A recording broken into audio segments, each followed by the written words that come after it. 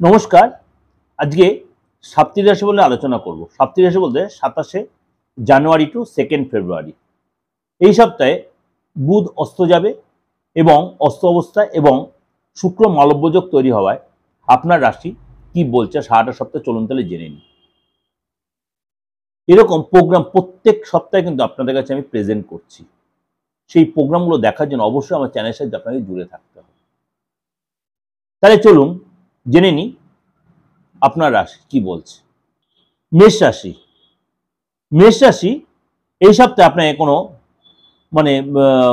Serious decision এই সপ্তাহে কিন্তু নেবেন না, কারণ আপনাকে কথাবার্তা একটু বুঝে কথাবার্তা বলতে হবে। কারোর সাথে বাদ বিবাদে জড়িয়ে পড়তে পারেন।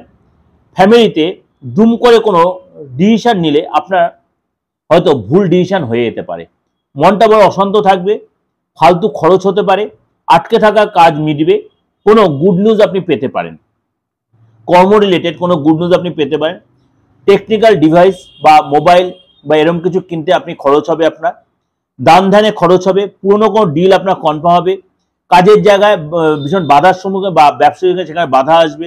এই সপ্তাহে কোনো কাজ ফট করে ছেড়ে দেবেন না, তাহলে কিন্তু আপনার ক্ষেত্রে সেটা ক্ষতি হবে, বা কোনো কাউকে কমিটমেন্ট করে ফেলবেন, সেটাও কিন্তু আপনি হয়তো মেনটেন করতে পারবেন না। সুতরাং এই সপ্তাহে কিন্তু আপনাকে এগুলো একটু মেনটেন করে সাবধানে ঠান্ডা মাথায় ডিসিশন নিতে হবে।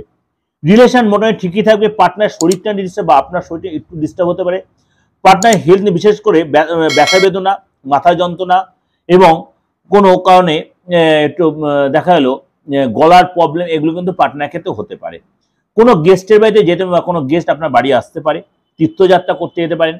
আপনার হেলথ আগের চেয়ে বেটার হলো, আপনার কিন্তু ঠান্ডা লাগার বা সর্দির এগুলো কিন্তু আপনি একটু ভুগতে পারেন, বা একটু চোট লাগতে বা পেটে একটু প্রবলেম হতে পারে।